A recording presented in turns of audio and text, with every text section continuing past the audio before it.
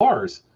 And I said, yeah. And so Aaron brought up, we're smoking a couple of cigars, and Aaron brought him up, a buddy of mine, and he goes, yeah, Brad and Lars are close, man. And Brad, he calls Lars right now, and everybody knew about you, Lars. They're like, he's not going to pick up. He's not going to pick up. Of course, I always pick up for you. He picked up. I'm like, nah, Lars, my boy, dude, watch this.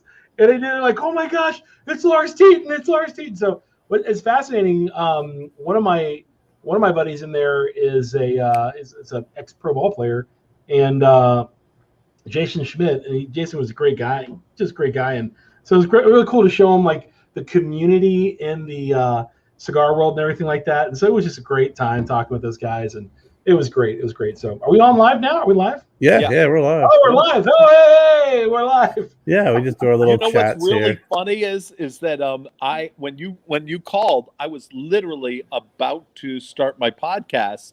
Yeah. And I was just like, fuck it. Brad's calling. I'm answering. Thank you, Will. Thank you, brother. I appreciate that. Dude. I love you, brother, man. That's awesome. It made our night. It was just really, we're talking about you and talking about the cigar industry, and I'm like, yeah, dude, it's a pretty tight industry. And one guy says, really that tight? I'm like, well, I mean, I'll give him a call so he picks up, and and I didn't expect you to, but yeah, you did. It was awesome, dude. What's up, Kev? What's up, Daryl? What's up, guys? Cigar prop. Yeah, Brad. He said, he goes, Brad. I go, yeah. I said, the last time he was on the show, I said, I think I had the American flag as the background. I said, as soon as you got on, I said it was like you shot out of a cannon. And I just kind of sat back and was like, all right, man, this is fun. Yeah, dude, it's I'm at the end of my day now, and I'm ready to sit back and chill. Just got done editing another video, and so now I'm all relaxed and enjoyable. Continue, buddy. So it's we're getting towards the end of the day and smoking a good cigar and just chilling out and talking with bros. That's how it goes, Oh yeah. Yeah. Yeah, Shahan was running a bet on what time zone you thought that the show started on. So, here's something. I love Kevin more than the average dude. Kevin is my bromance from France, and because I think he's French, isn't he? So, anyways, he's Irish. He's my only his I don't kisses. care. I love that line. The bromance from France. The bromance from France. Yeah. So I every time Kevin has me on, he's like, now remember, it's this time. Like, I got it. Don't even worry about it. Don't worry. And I'm always 15 minutes late. I feel terrible. Hey, Cam, I feel terrible. And then all of a sudden, it works out. One time we did a whole show. Yeah, there's Kevin. I love the guy. One time I did a whole show. Half the show I wasn't even on live.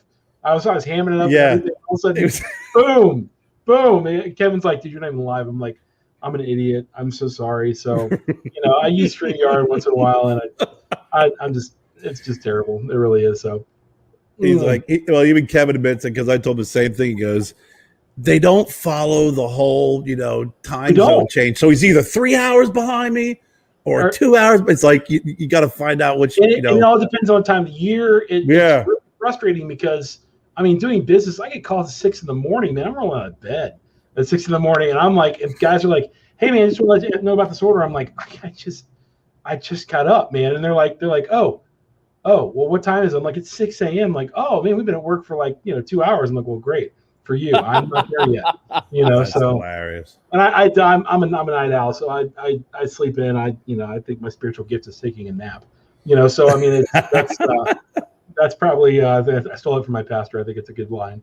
But it's great to be on here with you guys and everything like that. I know that Lars is always making waves, and Kerry, you're great. So it's great to be. So what's the topic for today?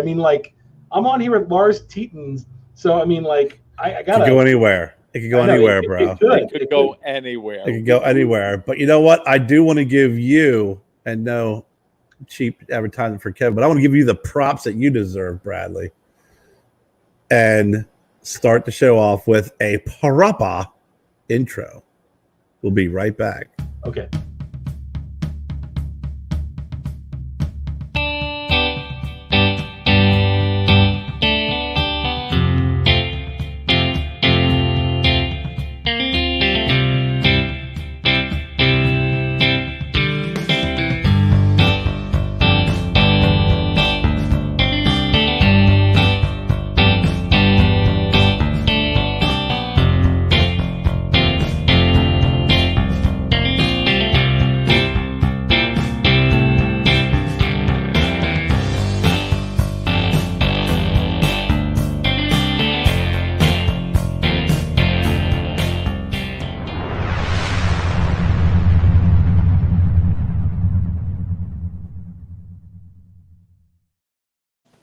Nice intro, dude. Nice intro. Brothers and Sisters of the Leaf, Caravia. That's I'm great. with my man Lars. I'm with my man Brad.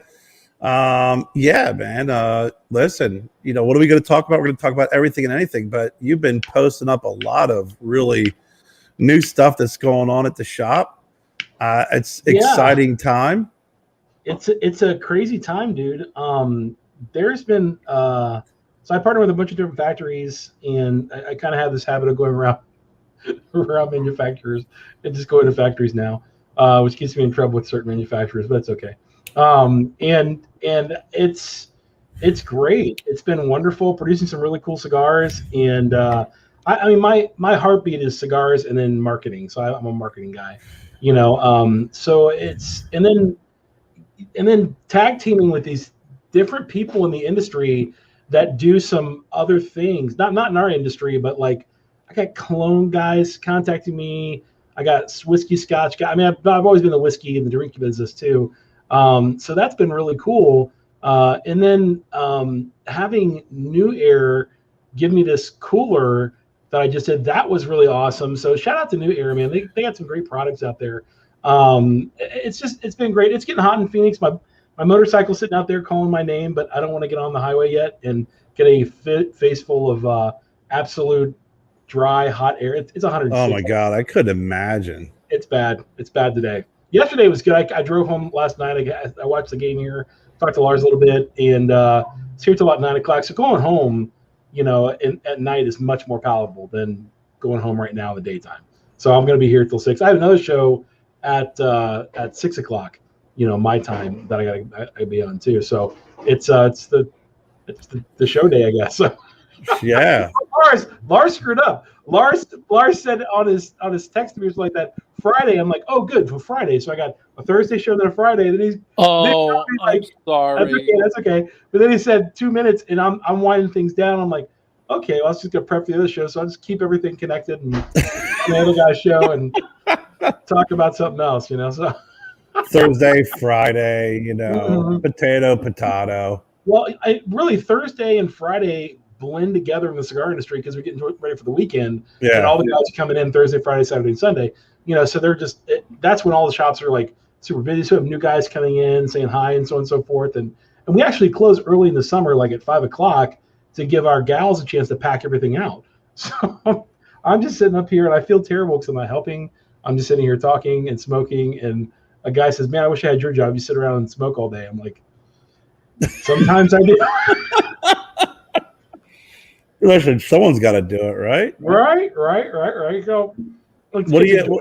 I posted in the intro. I have some of the newer cigars that I saw recently, and then I'm interested in what everybody's smoking tonight.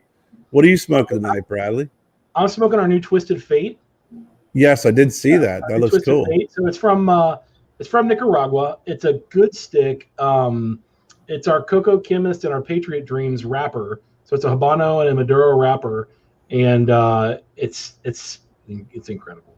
It's really incredible. I saw the Coco because I want to talk a little bit more about that. What you smoking there on your cigar prop, Lars? I really don't know. It's something I made sometime in the 80s, and I have no Classic idea. Lars Deaton. I made it. I mean, Liv Tyler helped me, and Steven Tyler's playing guitar in the background. That's all. That's it. Exactly. That's exactly it. I'm smoking our Stogie Road Detour.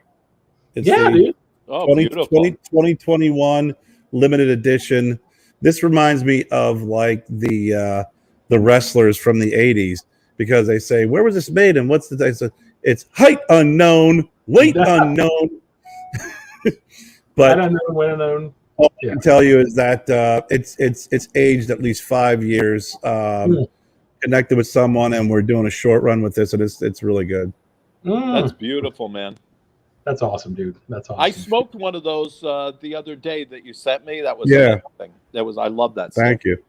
Well, we got this, and our new stuff's coming in from Nicaragua at the end of the month. We got new shipment. We switched factories, so I'm working in a factory in Nicaragua, and it's going to be the Edition 35. And I was always grateful that you showed the love and brought in the Edition 35 and the Gringo. And then we also released a Big Tony, which is a dark on dark barber pole, San Andres Maduro, and then the Sandela, which is a San Andres Candela barber pole. And we're working with the factory in Nicaragua, and we're getting them in at the end of the month. Dude, there's guys now. Where's my glasses? I can't see anything. There's guys now that San Andreas Maduro, like dark on dark barber pole. There's a bunch of people producing those. Like that's gonna hit. We did a release at the end of the year last year, and it was a project that I was working on for some time, and I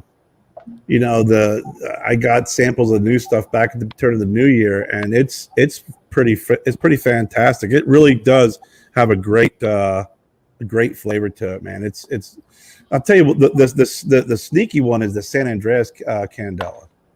Yeah, that's one that literally I always had my favorite because my first one, this is my baby, and then this and that, and the Big Tony's named after my dad, and then I had the Sandela. I was like, holy guacamoles, man. I said, I think this might be my favorite one of the group. A little grassiness, a little bit of pepper, but enough about me, Bradley. What? Damn it! I mean, I've been seeing the posts, all the different blends that and the different products coming out, and like you said, you can definitely tell you're a marketing guy because the pictures, the names, it's just popping left and right. Yeah. So yeah. So I mean, the process of bringing a cigar about is, different guys will mail me different things and say, hey, I want you to try this, I want you to try this, and I usually just send them back saying I want more of this, I want more of that. Whether it's Viso sake, I want it to be creamier, I want it to be smoother, I want it to be stronger, more robust. But this one cigar I had in a long time ago, it is priced a little too much for me, and I wasn't in the position to really go forward with the project with this manufacturer, and he kept egging at me. He kept telling me, you got to bring these in. Did you like cigar? I'm like, I like the cigar, but it's pretty expensive. And because we try to keep our house brands around, $6 to $7, actually $4 to $7. That's our sweet spot. And we even have house brands are, $3. So, finally Justin came in. You guys have probably seen Know It All Justin on the videos. We just call him JB. And Justin, when he first came here, smoked that cigar. It had to be a year ago, and he would not get off my back about it. Ever since I hired him, he literally at some point I was like, just stop asking me about the freaking cigar, dude. Stop it. And he's like, and then they would start to disappear from my humidor. I'm like, what's going on? And he's like, dude, the cigars, you got to bring them in. And so I was like, okay, well, let me do it. So I really liked this idea of, I like Asylum's branding, and I like, Psycho and stuff like that. And so, but it didn't quite fit where I wanted to be with the cigar as far as the marketing and the branding for it. So I was looking up things, and Justin and I were brainstorming. One of my favorite things to do with Justin is sit in the lounge and brainstorm ideas on what we want to call something that we got. This is really landed on a blend. And I said, I want it to be like, like Crazy House, or like something with skulls are our thing now. We like that, and it's kind of our branding. So I really like that, and so on and so forth. And I'm like, remember the old Sanitariums? Like, remember the old Metallica song, Sanitarium? Sanitarium. Yeah, dude. Yeah. So I'm thinking through all this, and I'm like, I wonder what the difference between the two is. So an asylum is where you go there when you're crazy and they put you in kind of a padded room. A sanitarium is where they actually treat you medically and psychologically. So it's like a healing place. And I'm like, I'm going to call it sanitarium. So now the cigar, dude, it's super, super peppery. Like at first light, like you've heard the Punch Diablo, right? I had one the other night. Mm-hmm. I really liked it.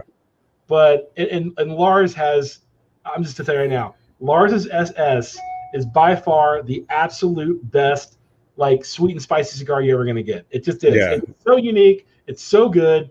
Like there's no way in the world you could ever like mimic what he does. And he won't tell me because I'm not going to mess with him because he's a samurai, but like there's part ninja, part samurai, part Lars Teton. That's what I'm going for in life. So, but it's fascinating because I said I want this is super spicy. It's really, but the spice wears off, and not just spice but pepper. It's like a pepper cream bomb when you start it. Each blend, it's got a lot of Lajero in there, Jalapa, Esteli, and it's Nicaraguan. It's a Nicaraguan puro. It was, I wouldn't say it's a puro because it's Ecuadorian Connecticut wrapper. It's just good and delicious. And he's right. I mean, I should have listened to Justin probably a long time ago. You know, the kid's got a pound, doesn't stop. I say kid, he's like my kid brother. You know, he's 30. Yeah. You know? So it's great, man. It's really, really cool. And so we got Sanitarium, and I said I gotta have like a skull die cast so I can sell with it. And so we got these skulls. So the branding is really kind of cool. So we worked. I mean, believe it or not, the hardest part about a cigar for me after I finally land on it is getting the name and the branding all together. So that takes almost a day, you know, after we get it. But I know when JB likes something, he'll look at me and be like, "Fire, dude, fire!" And I'm like, "I know, dude, it's good, isn't it?" And he's like, yeah. He's younger, so he uses all the cool terms like yeet and things like that. And all this weird stuff the kids say now. Yeah. You know, I never thought I'd be saying that when kids say that. I'm down here, right? And but Lars is the perpetual 14-year-old in the room. So like I asked the guys were asking, I was like, "How old is Lars?" I think he's like 25. I think he's 25. They're like, "No, he's older than you." And then like, "I don't know, he's probably 25. I think he's 25, 26 maybe." You know, so Timeless. I know, timeless. Yeah, timeless Lars. That's a good name right there. Timeless. That's a good name for a cigar. But there probably is a timeless in there. I think that was taken by what's their faces. Illusion. No, the place that closed down up in New York, the big. Oh, Nat Cinco. Nat Sherman. Nat Sherman. I think it's timeless. Yeah. Nat Sherman. Yeah, that was their thing. Yeah. So, but that's how the whole thing. I think they had the clock on the band, didn't they? Yeah, timeless goes around the clock. The name of it. It was a great idea for about 3 minutes, Brad. I mean, it was great, but it was already taken a while back. Right. But no, so that's been kind of cool. Twisted Fate we had a long time ago. We had an idea for that, and I've been talking to the doing a Cremoso Outback. That's my dad. That's my dad. Okay. What's up, Paul? He's smoking an Amendola Cremoso. Oh, okay. Oh, yeah. Yeah, that's a treat, boy. Whew. So it's a hey, Big Tony. Going good, huh? You're saying hi to my dad. That's awesome, man. I mean, so there's a Connecticut Habano and a Maduro for the Sanitarium. I cannot say that name without saying it that way. I know, right? I couldn't believe it when I forgot that we had the whole Metallica song there, and when I hit it, it just hit for me. So I don't know if I'm someone to James Hetfield, but I'm sure that I probably know somebody. Who knows him. I'm surprised James hasn't come in the shop because he was out there for a while. Oh, yeah? Okay. Yeah. He had gotten a house nearby you. Oh, okay. Yep. Dude, I'll tell you what. Phoenix is the fastest growing city in America right now. It is crazy. Really? Sauce on chicken. It's so good. That's awesome. Yeah, Paul liked the hot sauce, Lars.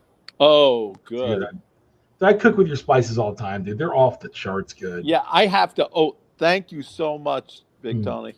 He made a Stogie Road cigar barbecue sauce for us and a Stogie Road cigar salt that literally, Lars, I had to give out the secret ingredient to the spice. All right. It was. Anyways, I'm a failure. Probably allergies. No, you're awesome. Hey, listen, baby. If you, Brad, you gotta go ahead and resend me an address you want me to send the spices to. I'll send you a bunch of spices, dude. So I'll tell you what. I was thinking Lars the other day. I think Lars at least once a day. I think everybody should. I threw out my back. I was deadlifting. I threw out my back, and I was just in so much pain on Saturday. They were like, "Don't you have some like CBD that Lars sent you?" And I'm like, "Yeah, but it's like smokable. I can't. I don't smoke." And they're like, "You smoke cigars, but you don't inhale. Obviously don't inhale cigars." And so I tried to smoke your CBD the other day, dude. I almost yacked all over my desk. It was, Oh my God. it was. I don't inhale anything. I don't know the whole background of how to do it right or whatever. So I have a tobacco pipe. I'm trying to light and smoke CBD in, and it just didn't work. So I took Did your back feel better afterwards? It didn't hurt as much. So It didn't hurt as much. I threw up. It took my mind off of it. Right. You got a headache. We punch you in the stomach, right? So it was genuinely pretty cool, and so I'll resend you the address, man. But it's going pretty well here, man. It's going pretty well. We got JB will be coming on full time for us. He'll be the very first full time person that we hire. It's not family. Everybody else is family that works with us. We got a bunch of part time employees, but we have some other things too. But I got some other business ventures that I'll tell you guys about later on, maybe off camera. Sure. That are pretty exciting that we're going into that involve a certain part of cigars, but not necessarily cigars themselves. So it'll be pretty fun. I'll tell you about that. Yeah, that's awesome. Mm-hmm. Very nice. It's really fun. Puff give. Falco. What's up, Frank? Good to see you, dude. That's great. That's funny. Now you're talking about your Coco cigar. Which tell us. I love the artwork on that. Yeah, that was actually a mistake. A manufacturer was supposed to send me a different cigar, and our factory was, and I got it, and I immediately called him and said, you need to send this, you need to take this back, send me a call tag. And he goes, oh, I'm so sorry, I apologize, blah blah blah. He's trying to be very Zeal whiskey. Oh boy, I would love that, dude. It's not that, but I would love that.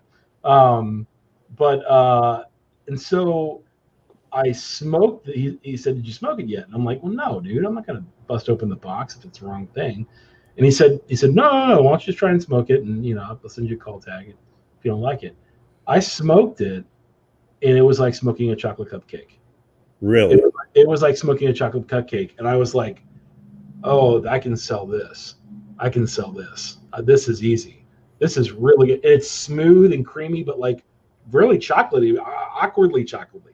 And so, but it's not infused. So it's not like a sweet chocolate, I'm like, right. It's just really well blended, I guess. And so, wouldn't tell me where it's from or anything else like that. So I can't tell you all that stuff. But when we did the artwork, I was talking to Justin, and Justin and I put that thing together. He's like, what do you think about this? And what do you think about that? And hey, Kevin, what do you think about this? I said, well, let's find a skull. Let's see if we can do this. And we're like, cocoa this, chocolate cupcake, that doesn't really well. We're going through all these different ones. And then Justin, I said, I like cocoa. I taste cocoa more than anything. Right. And he goes, chemist, cocoa chemist. And I'm like, oh, and I just happened to be scrolling. So the misnomers that I design all this artwork, I go to Adobe stock. I find something, I manipulate it. That's all I do. So there's no secret behind what I do. I'm just good at Photoshop. There's no secret behind it. So I mean, that's why guys real designers come, they're like, dude, you're such a hack. I'm like, yeah, I am. I'm a complete hack, dude. Call me a hack. I don't care. It just sells the cigars.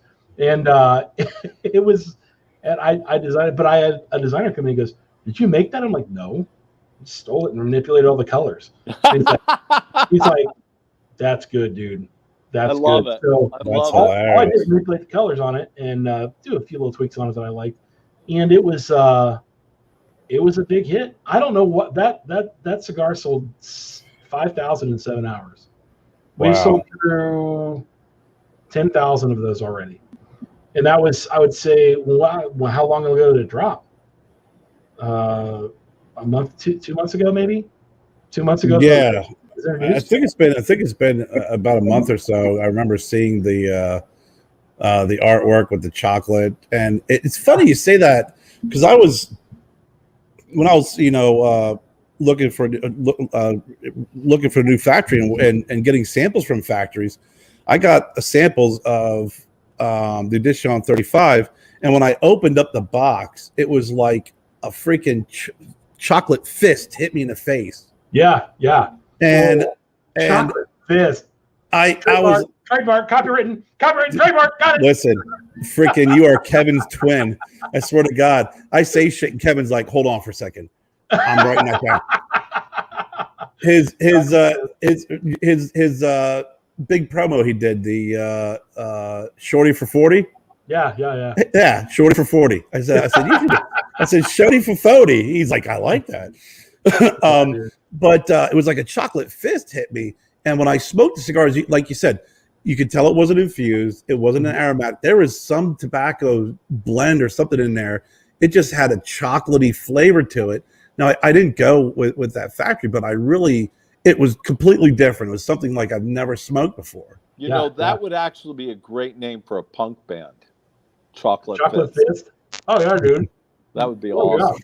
Yeah. That's awesome, man. Chocolate Fist. The Chocolate Fist, yeah.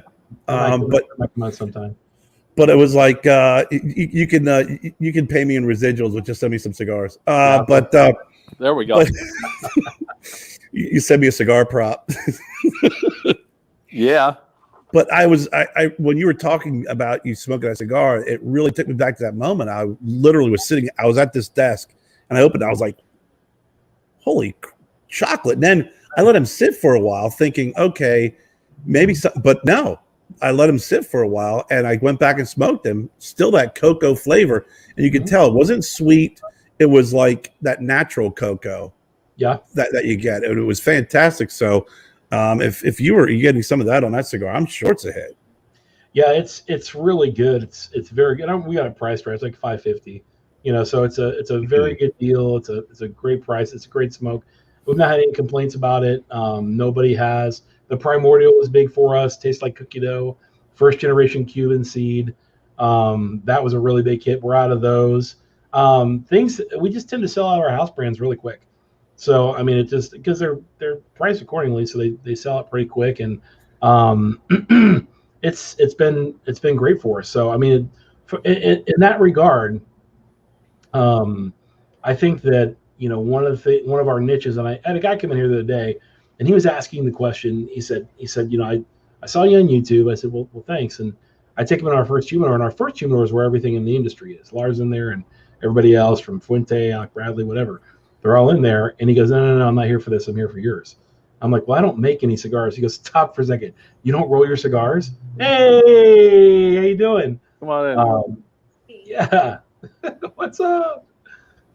I like the shirt. Yeah. We love the shirt. It was really awkward because he goes, you don't roll. This misnomer that I make cigars or that I roll cigars. I'm like, and then I had another guy come in and ask me, he goes, hey, could you come to my event and roll?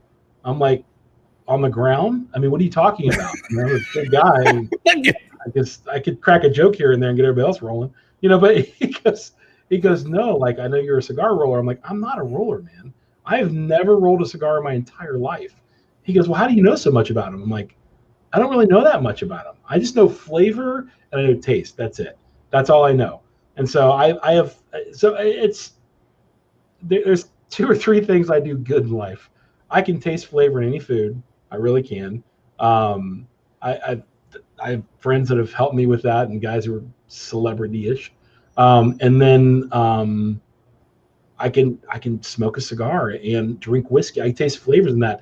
And one of the things I find people doing a lot or not doing enough is they'll talk about a cigar and they're relating it to things that only people in the cigar industry are related to.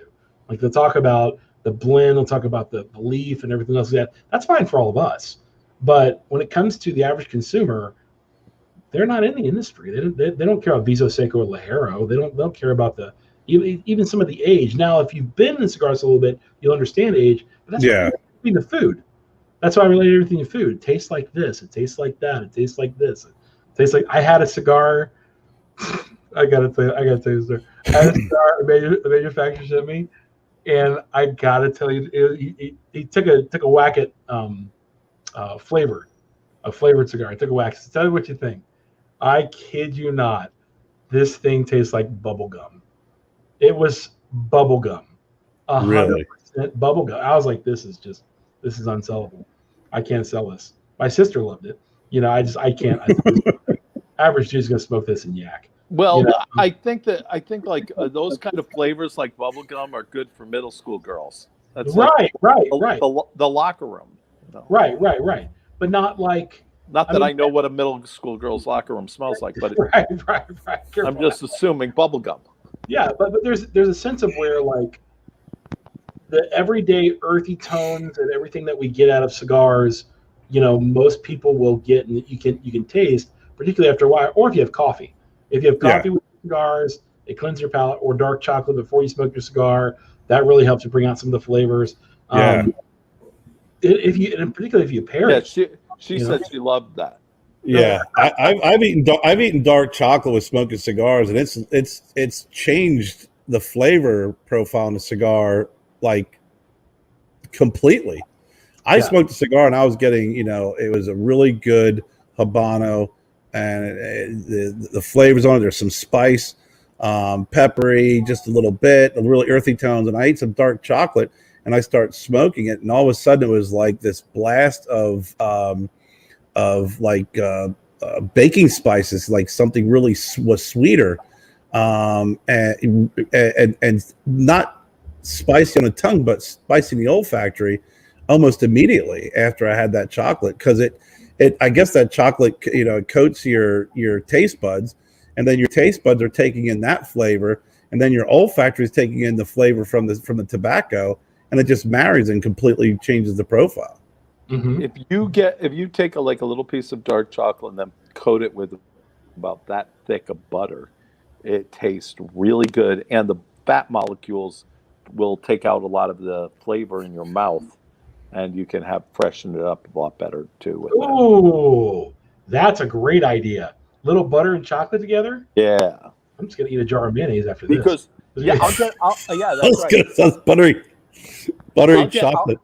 I'll take dark chocolate, like 90% chocolate. So it's almost bitter, but then I cover it with like a 1/4 inch of butter.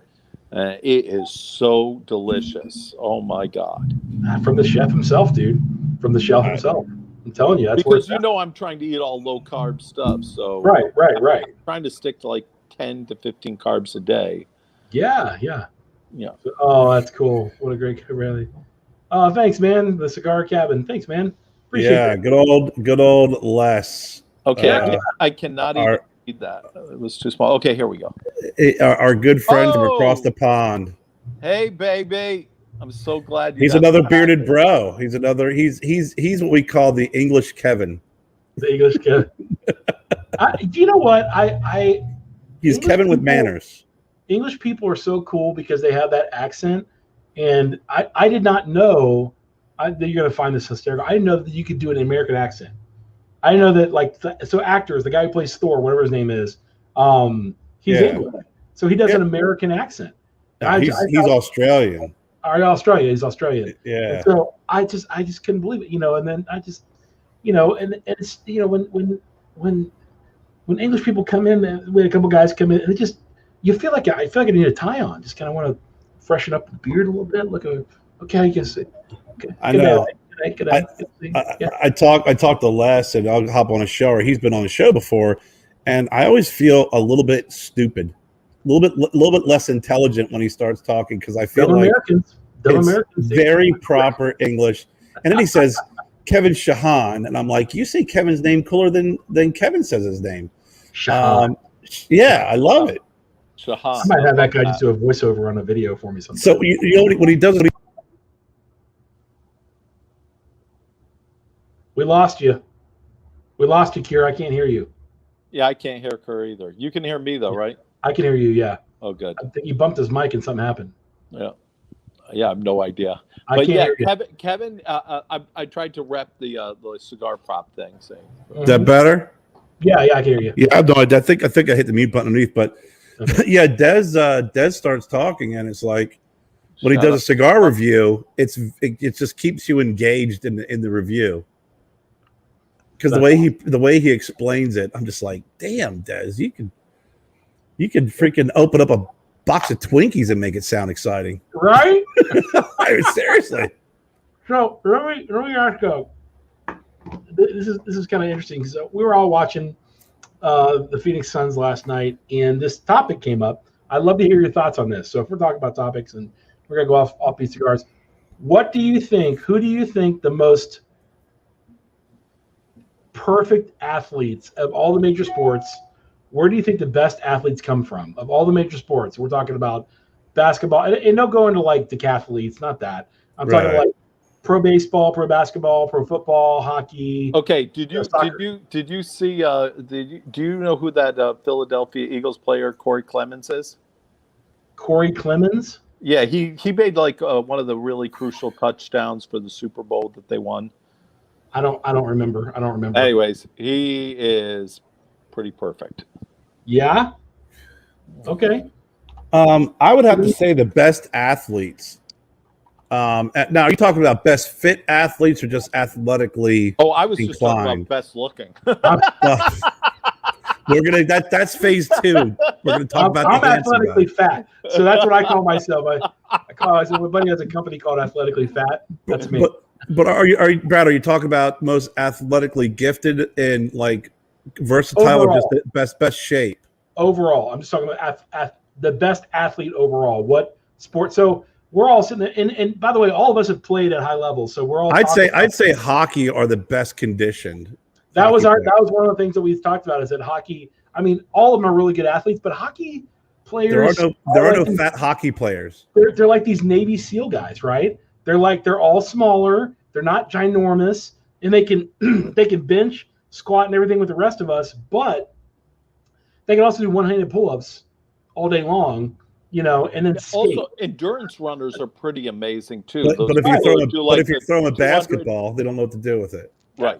200, 300-mile runs. I mean, that's pretty badass. Yeah, I had a buddy of mine that was a endurance runner. He was sponsored by North Face, and he did 150-mile, I guess marathon or endurance runs where he would run for the days on end. I used to do endurance running when I was a young kid, but there wasn't even any competition for it. I just did it for myself. Wow, dude. I just run away from the cops. I think that's the appropriate running. I chased the ice cream truck. Yeah, exactly. The ice cream truck too. That's a good one to run for. But yeah, hockey players, you don't see fat hockey players. You never see a fat guy on the ice because it's just grueling. It's like soccer, right? You don't see, that goalie's a little chubby. No, he's not. You'll never hear that because they're all in great shape. The same with lacrosse too, for the most part, rather. But it's pretty tough because there's so many guys that are in the NFL, and they're like, yeah, well, they were an all-state basketball player. They were an all-state baseball player. They, were an all-state wrestler. But you were talking about the Suns last night, so I'm sure that is that just watching the game? You were wondering who's got the best athletes? All of us have been athletes. I coached and everything else like that. So I think we're all just ex jocks, and so we were all just talking about watching the game. Yeah, some of those guys are just amazing. I mean, Chris Paul at the age he's doing, what he's doing right now with the Suns, and we got major athletes out here in Phoenix now. We got DeAndre Hopkins, we got JJ Watt with the Cardinals now. I mean, Kyler Murray's a specimen just by himself. I think we're gonna have a really good year. So, and I'm a big football fan. I'm a big pro sports fan, so I watch all the stuff, and several guys come in here, and it's so for me it was really interesting hearing their dialogue about that, and I was like, if someone mentioned basketball, I said I think basketball is the universal, like, everyone plays, because everyone if you're good at any other sport, you can always play basketball. It doesn't mean that you're great at basketball, but like you can hold your own sport. Like all of us played basketball at one point. We could pick up a ball and shoot it in the hoop, and we could all play basketball. You need a pair of sneakers. When you think of all the sports, it's the one that you need the least equipment, right? You need a sneakers, right. You need a basketball and a rim, and everybody played basketball growing up. You played, a lot at basketball, pickup ball, and even when I was in college on the off season, we all did intramural basketball, and then we played, basketball over the summer. I mean, it's just, it is that sport that you may not be great, but you're going to be able to hold your own. You could do pretty good in it. You can always find a guy on the court that you can cover. Right, exactly. There's always one guy. I was that guy. Hey, somebody take Bradley. I'm like, man, that means support the court. I was cherry picking at the time. I'm like, all right, guys, go get him. Okay, So now you're the kind of guy you cover in a basketball game like me, where you plant your ass under the basket, and it's constant, weight on top 100%. on weight, and then you can stock bass in the pool of sweat that you leave underneath from the two guys battling under the boards. Because there's always like, Jesus, are you sweating like that? Yeah, two big guys underneath battling for the basketball. Oh yeah, dude. Oh yeah, that was I was cherry picking and just sitting there, but that's what we landed on. We landed on hockey. It was I don't know if we landed on it. That was more my opinion. I thought it was probably really really good and stuff like that. So something else that's very very popular right now, and we all grew up in it, is the '80s. Everything's going back to the '80s. I don't know if you know. I have my daughter's 20, my son is 17. He'll be 18 in August, and my other daughter just turned 16. So all of my kids are fascinated and with the '80s, and they'll sit there and ask me questions like, "Hey, Dad, did you really like ride your bike anywhere you wanted?" I was like, "Oh yeah, I mean miles, like 5-10 miles a day. I mean just we go far away from home, as far as we can get." How did you check in with Grandma and Grandpa? Did you text them? No, we didn't have text. No, if I didn't show back up, I don't know if they cared, but like they yeah. So they'd be like, "Hey, where's my kid?" Basically, you left the house when we were young kids, and then you didn't come back home till dinner around dark, whenever. Yep. So when I was young, we lived in a cul-de-sac in Forest Park, Ohio, and we always played Ghost in the Graveyard at night. And so, it was someone hides and someone has to go find the ghost in the graveyard and that type thing. And so you had to find that person and then hide with them. And it was really great. And I remember playing that till probably 10:30, 11 o'clock at night in the summers, and then they would call back, and my parents would call it in, and then every other parent would get out and it's time to come in. And my son was like, "So you live Stranger Things?" I'm like, "Oh yeah, dude. We didn't have monsters and the Demogorgons or whatever they were called, but we definitely had." But all the other shit was about as real as it gets, right? I mean, you came home when the street lights came on. That was that was curfew. We'd hang out, and then in our town we'd had a curfew alarm that would go off. Mm-hmm. The curfew alarm would go off as well. But we had the best cars. We had the best cars in the '80s and '90s. Mm-hmm. I mean, if you had Toyotas and Hondas and stuff like that, but I love the cars in the '80s and '90s. It was like the big Lincoln town cars and oh my God, yeah, Lincoln those are town awesome. Cars. I liked all the muscle cars from the '70s too. Were freaking awesome. I have my sign open. And the Mercury Grand Marquis, that was awesome too. Okay. Yeah. Big ones. All the muscle cars. Big fan of the muscle cars. The old Brougham, the Cadillac that was the Brougham Cadillac. That thing was gigantic. It was a boat. Or you'd play street hockey, and then when the cars would come, you pick up the freaking goal, the net, you move it to the side, the car go by, then you bring the net back out in the middle of the street. Yeah, dude, all that stuff was just amazing. Like my kid freaked out. He's like, "That was your first car?" My first car is a '79 Mustang. That's what I bought with my own money. And he's like, "You had a '79 Mustang?" I'm like, "Then I had an '84 Celica." And he's like, "Oh my gosh!" I mean, those things go for like $10,000-$15,000 now. Yeah. I mean, it's just really crazy. I got to check out a customer, guys. Hang tight 1 second. I'm going to take myself out, or can you take me out? I'll take you out. Yeah, I got you. What was that, Lars? Go ahead. I'm sorry. No, go ahead, baby. My first car was a hand-me-down. It was my mom's car. And it was, my dad's probably going to be able to remember, but it was a 1978, maybe, AMC Hornet. Wow. And it was like lima bean green. It was that seafoam. It was really bright green. It had the bench seat in the front with the houndstooth green and white, like pleather. That's awesome. And we'd get in the car and we would drive. And then when we got to the railroad tracks, everybody would have to get out of the car because we'd bottom out. And I'd go over the railroad tracks and they'd come over and meet me and hop back in the car and we'd go again. Oh, that's awesome. I love that. Yeah, I think it was the late 70s. Yeah, I was never a car guy. I love cars, but I never was a car guy, and I always bought the most inexpensive, cheap cars, just because I thought, when you own a company and you have a business, I just didn't think you should be driving around trying to show off your money or cars in the town you live. You know what I mean? Keep it humble. Well, yeah, no, definitely, it makes sense. I mean, I know my dad, growing up, he bought cars that he could work on. If it would break down, that was back in the day when you could work on a car where you open up the hood and it looked like an engine. And through the years, even when I got into college, I got a 79 CJ7, a Jeep, and I had a Chevette. I understand that. I always burned out the clutch. Yes, you are correct. It was like a 1980s two-door Chevette. It was, the 80s version of the smart car.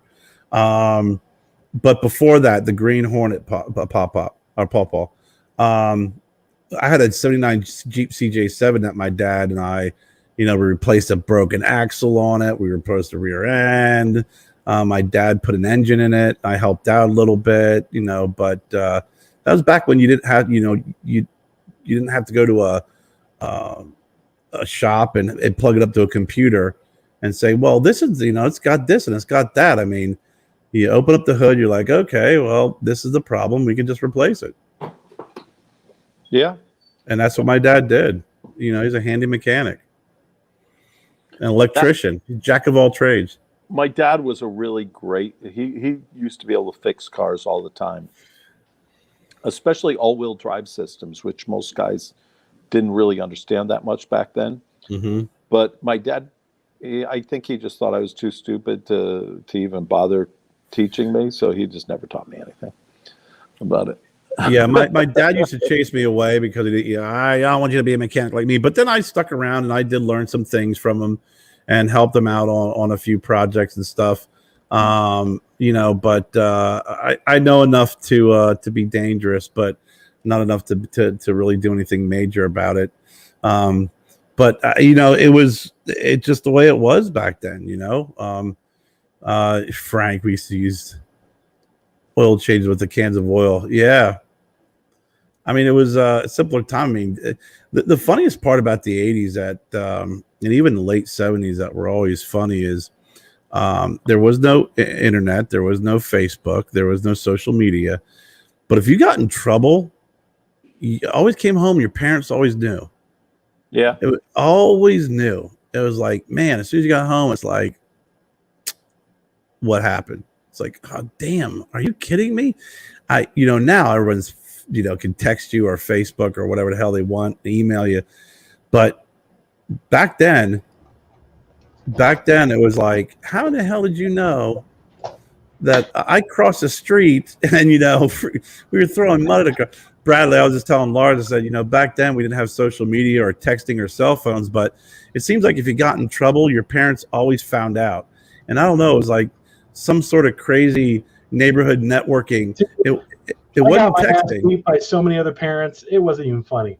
Like that's when you could smack someone. I remember I was over at John's house, my neighbors, great African American family. And we were hanging out and we did something stupid. I mean, it was some stupid thing, and he mouthed off to his mom, and I mouthed off to his mom. That's not what you do.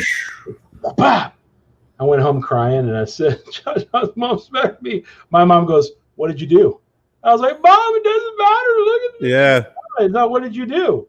We'll talk back. She said, "That's her friend," So later on they're hanging out because my parents would have. I think I should say, my parents would have parties like every weekend at their house. Every weekend, dude. I grew up like I knew what a keg was before I was 4. I mean, it was just. I mean, they had parties every weekend, and so I would take all the coats and everything like that. And so it was great, So I mean, I love growing up with that.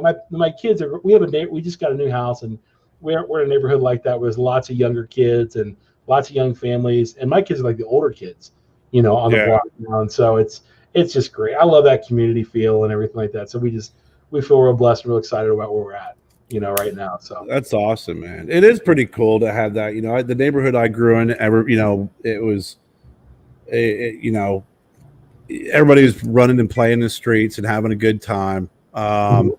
There's always some older neighbor who was a prick, that you couldn't go near their yard or near their freaking porch or something, right? Yeah. And even the teachers back then, I'll never forget.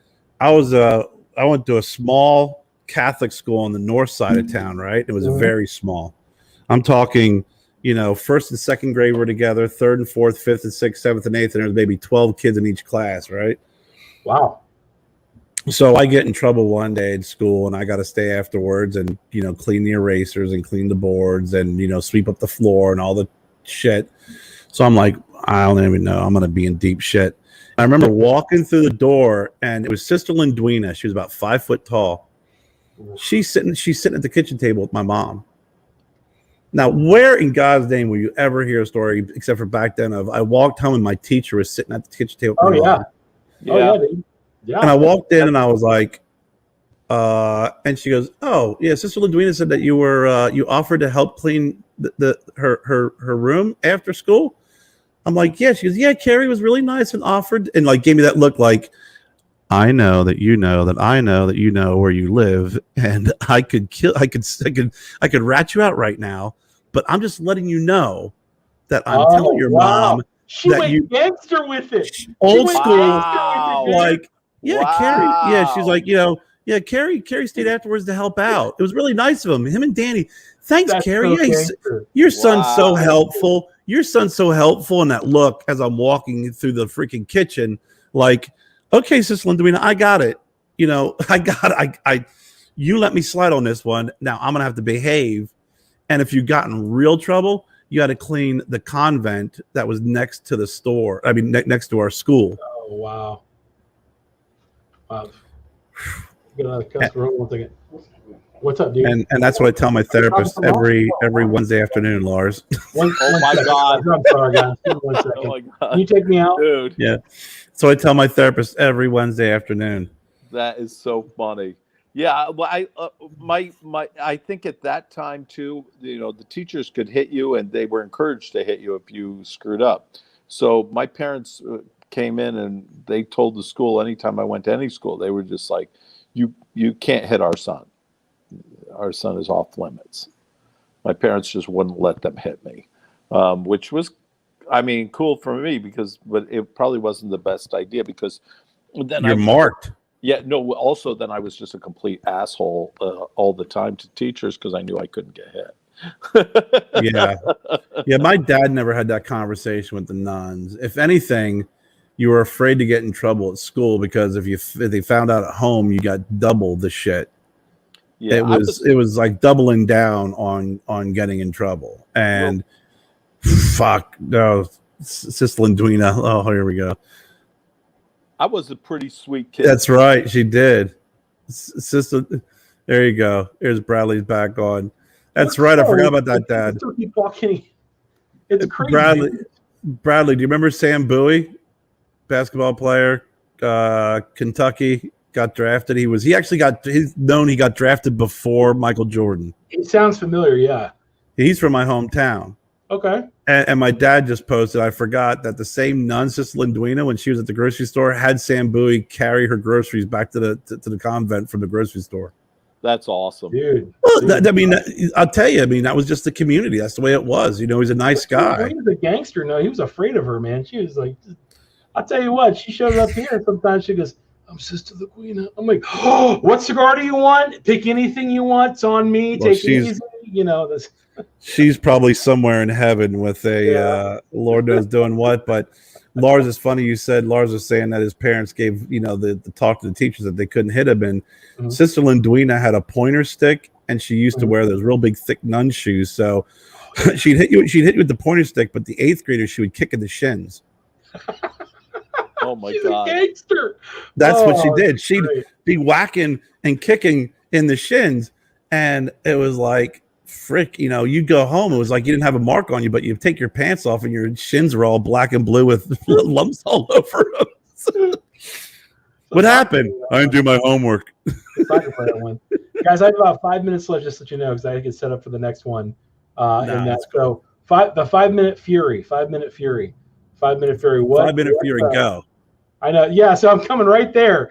That's my next show. It's just Rocky Cigars, Rocky Mountain Cigar Review. I'm coming on his show next. So tell me in the next 5 minutes. Ask me any questions. I tell you no lies. Go. Lars, Yes. ask him a question. He'll tell you no lies. You're always good at asking some. I don't even know. I'm terrible at asking questions. When was the first time you had sex? That's why I deferred to Lars. I plead the fifth on that. I'm just gonna enjoy the fifth on that. You should never have deferred to Lars to ask questions at that point. That is so Lars. That's so Lars. What's your favorite cigar? My favorite cigar. That's a much appropriate question. Thanks. I had to throw a softball your way. That's a tricky one. That's Lars, tricky just so you know, before we get into this, Lars always sends me stuff and he's like, listen, baby, I just want to tell you, I'm sending this. It's a little risque, but it's you, baby. It's you. I'm like, hey, Brad, I'm just letting you know the little man in my head was working very well because I was going to give a follow-up question of, okay, don't tell us when was the first time you had sex, but where was the first time you had sex? Oh, I love that. That's really good. I deferred to the cigar question. Yeah, thank you. Thank you so much. Oh, my brother Lars. My favorite cigar currently, you have to go by current, the Patriot Dreams Robusto of our house blends.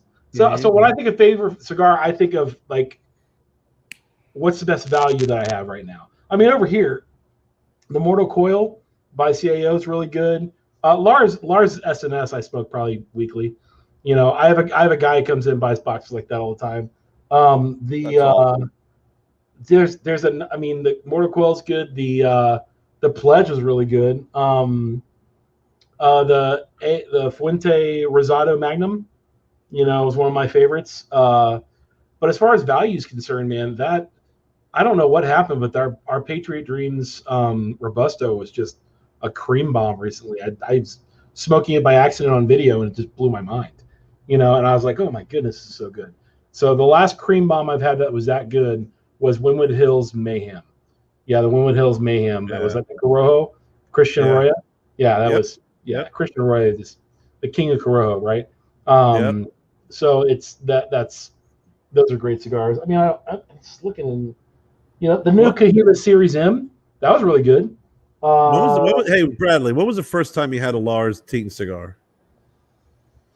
Probably when I met Lars, or no, it may have been when Jack Hare gave me one. I smoked. No, it wasn't. No, I didn't smoke it till I got him in. I took it on a bet, and he just said, it's Lars gonna come out. He's gonna do a video with you. I gotta tell you how many times. 2 minutes. All right, here we go. We start. Okay. Here it is. So when I met Lars, I gotta tell you the story. So I met Lars. I gotta tell you, like I tell everyone else. So I told Jack, I'm like, I don't know this dude. I don't know what he's like. I mean, he looks California cool, but he wears a hat. He's got a thing on his. So I didn't trust him at all. I'm like, I've met too many. This guy has celebrity written all over him. I know celebrity. I just can't. I'm not on this guy's level. I'm not going to talk this. This guy's going to be bad on film, because usually if you're really good, like a celebrity, usually like doing an interview or something like that, you never know how it's going to go. So I was super skeptical. And so we're sitting down, and I'm just like, I'm trying to like drill him a little bit. I can see he's getting a little irritated. And then he tells Jack, hey, go get Bang. Hey, you want Bang, baby? And I'm like, yeah, Bang Energy's good. I like Bang Energy. So he sends Jack out to get Bang Energy. And then like Lars, like, dude, let's just talk. You and me, what's up? Like, what's going on? And I'm like, I don't know. I just want to make sure you're okay, dude. I don't know you from Adam. I just want to make sure everything's all right. And he's like, kind of musical this show. I'm like, I listen to trap music, dude. I listen to like hardcore trap. And he starts naming all the stuff I listen to. I'm like, holy crap. So I am going to tell you this. I became the biggest Lars Teton fan after about 5 minutes just talking to him by myself. Yeah. And I'm like, dude, this guy's incredible. And then, no. And then what happens is my parents come. They weren't supposed to be there that day. My parents come in. My sister comes in. So I have my whole family there. He sits down for, it's got to be like an hour just having a conversation. It was like having the uncle and the cool uncle from California in the room explained everything, and then it gets even better. And then I'm like, where'd you get that hat, dude? I need to get a cowboy hat. It looks nice. He goes, oh, you want it? I'll go buy another one. And he takes it off, signs it, gets me. It's in my lounge right now. It's a talking piece. That's awesome. That's Lars Teton's hat. That's Lars Teton's hat. So, and then like he talks about all the business he's in and spices and everything. Gives a bunch of spice, signs a bunch of boxes. It's incredible. And then he talks about his leather works and everything like that. And I'm like, that's cool. That's awesome. And my dad pulls out his wallet because I need a wallet.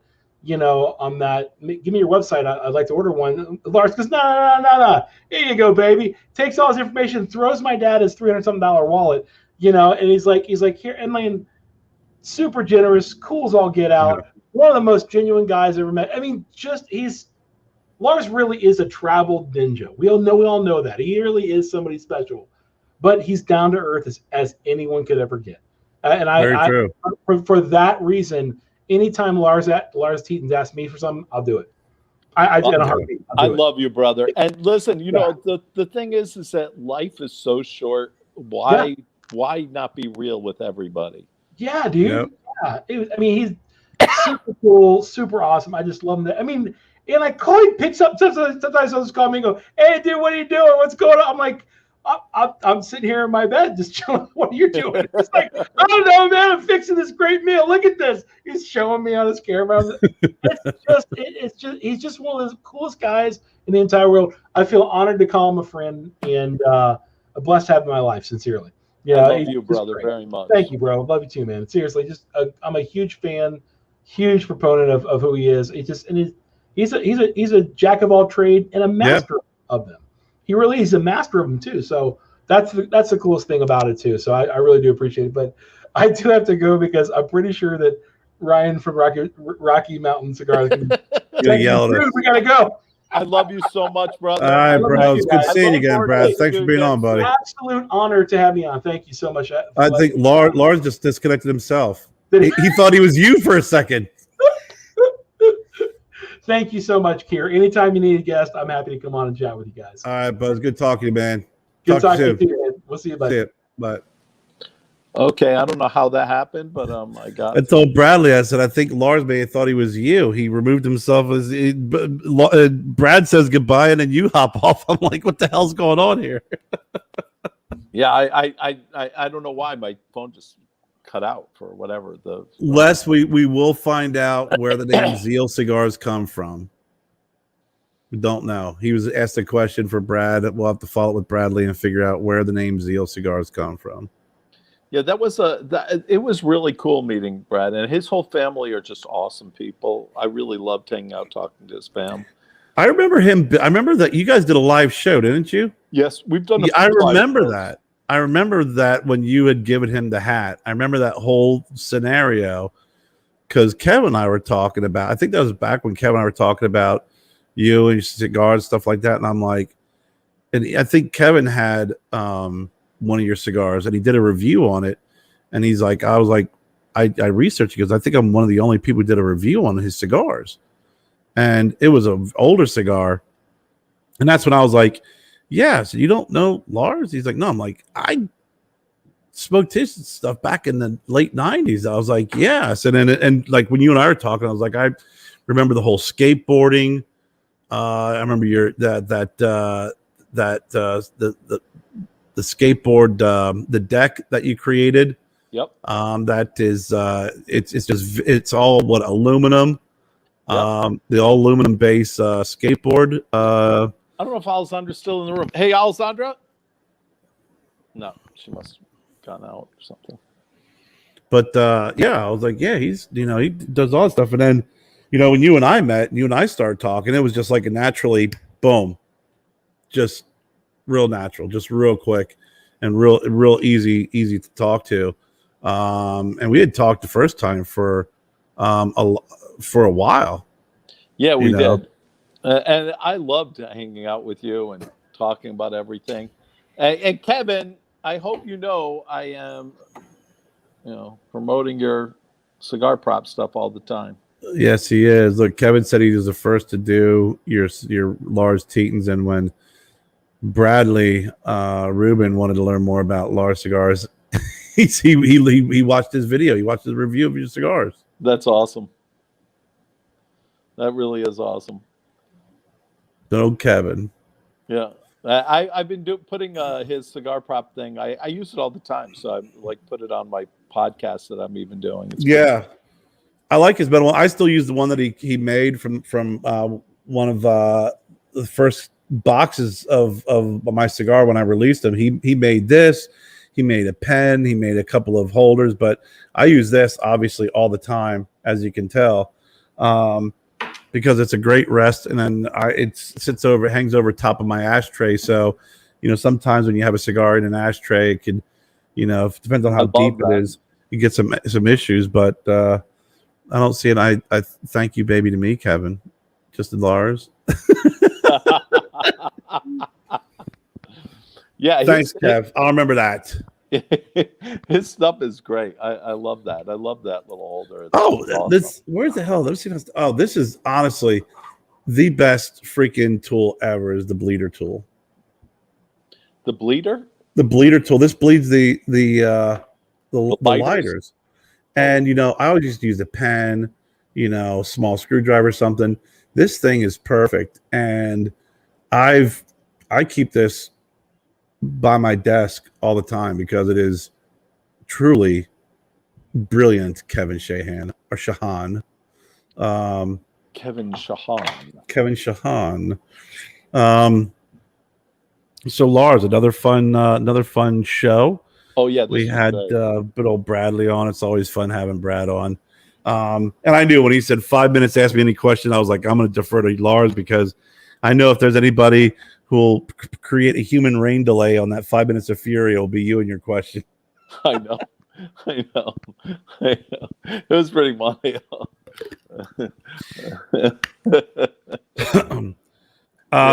Kevin thought he sent you a bleeder. Oh, you probably did, and I didn't know what it was. Yeah. He was sticking it in all sorts of crazy areas, Kevin. He didn't realize it was for the lighter. Yeah, now I've got to go ahead and check through the stuff because I still have stickers you sent me that I'm going to put on one of my guitars. Yeah, I've got to go ahead and find that because I probably just didn't know what it was. That's all. That's not a bleeder tool. Yeah, exactly. This is a bleeder tool. So you're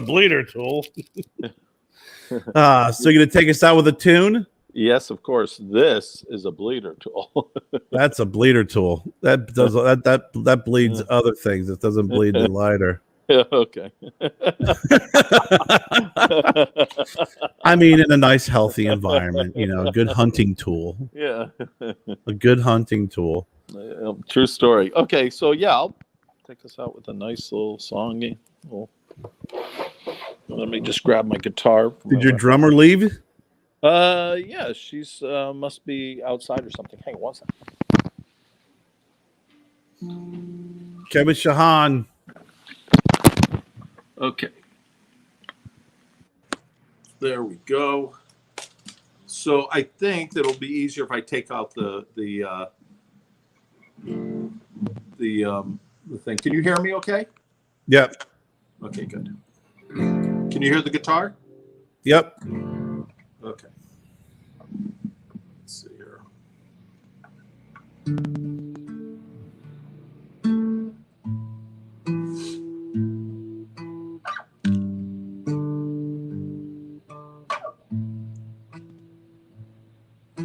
First, you gotta put in the work. Yeah, cowboy rebel, so dangerous.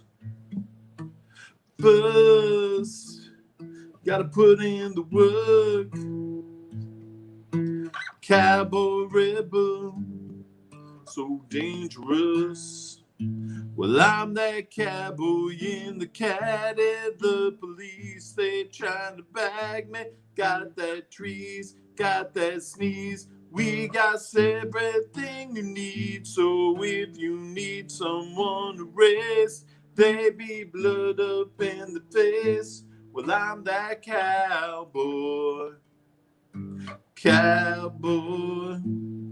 I got the fried chicken and the cornbread and gravy. Got the fat ass and the 5-star head, baby. Forward pickup in the back like a bed sugar. Your legs around me like a pressure cooker. Feeling you so sweet like a pound of chocolate. Smoke a cigar and drink some latte. Getting down with the hillbilly grubby. Bouncing on the dirt road to the new country. First, you gotta put in the work. Cowboy rebel, so dangerous. First, you gotta put in the work. Cowboy rebel, so dangerous. I'm the cowboy in the caddy. The police, they trying to bag me. Got that sneeze, got that trees. We got everything you need. So if you need someone to rest, they be blood up in the face. Well, I'm that cowboy. Cowboy. Toast Waterford to the sky. Your eyes looking like the 4th of July. Show your girl where the heart is. Ring finger, that's where the rock is. I'm still working them lips out. She says my love is pouring now. I'm in ecstasy being next to you. Getting it up cause you love me too. Well, first, gotta put in the work. Cowboy rebel, so dangerous. I said now first, you gotta put in the work. Cowboy rebel, so dangerous. Well, I'm that cowboy in the caddy. The police, they trying to bag me. Got that sneeze, got that trees. We got everything you need. So if you need someone to rest, they be blood up in the face. Well, I'm that cowboy. Cowboy. Back road flow like a mudslide. Tractor on like a ride and glide. Forward pickup in the back like a bed sugar. Your legs around me like a pressure cooker. I got the fried chicken and the cornbread and gravy. You got the fat ass and the 5-star head, baby. Toast Waterford to the sky. Your eyes looking like the 4th of July. Say first, gotta put in the work. Cowboy rebel, so dangerous. I said now first, you gotta put in the work. Cowboy rebel, so dangerous. Well, I'm that cowboy in the caddy. The police, they trying to bag me. Got that trees, got that sneeze. We got everything you need. So if you need someone to rest, they be blood up in the face. Well, I'm that cowboy. Cowboy.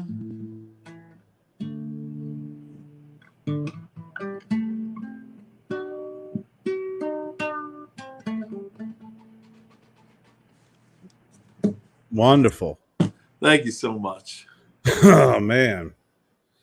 It's a great show, brother. Another fantastic evening. Kevin wanted to know if that was going to be called Snacking and Napping when you started off. And then Frank said, no, it's called the Bleeder Song. The Bleeder Tool song. I love it. You gotta have a song for Kevin's Bleeder Tool. Oh, yeah. I've got to do it. Oh, my God. That's too funny, man. Well, listen, I want to thank you again, Lars. Great shows. Really, thanks to Brad for hopping on this evening. Check out Brad. They're at zealcigars.com. They have a number of house blends and new releases. We've gotten cigars from Brad. Great cigars and just a great guy as well. So any closing thoughts? No, just it was an awesome show. All righty. Well, from Lars and Care and the Stogie Road Diaries. We want to thank everybody for joining us this evening. Everybody have a great night. And love you guys too. Listen, we'll check them out. Maybe we'll do a little something over the weekend or something fun. Oh, that would be awesome. I'd love to do that.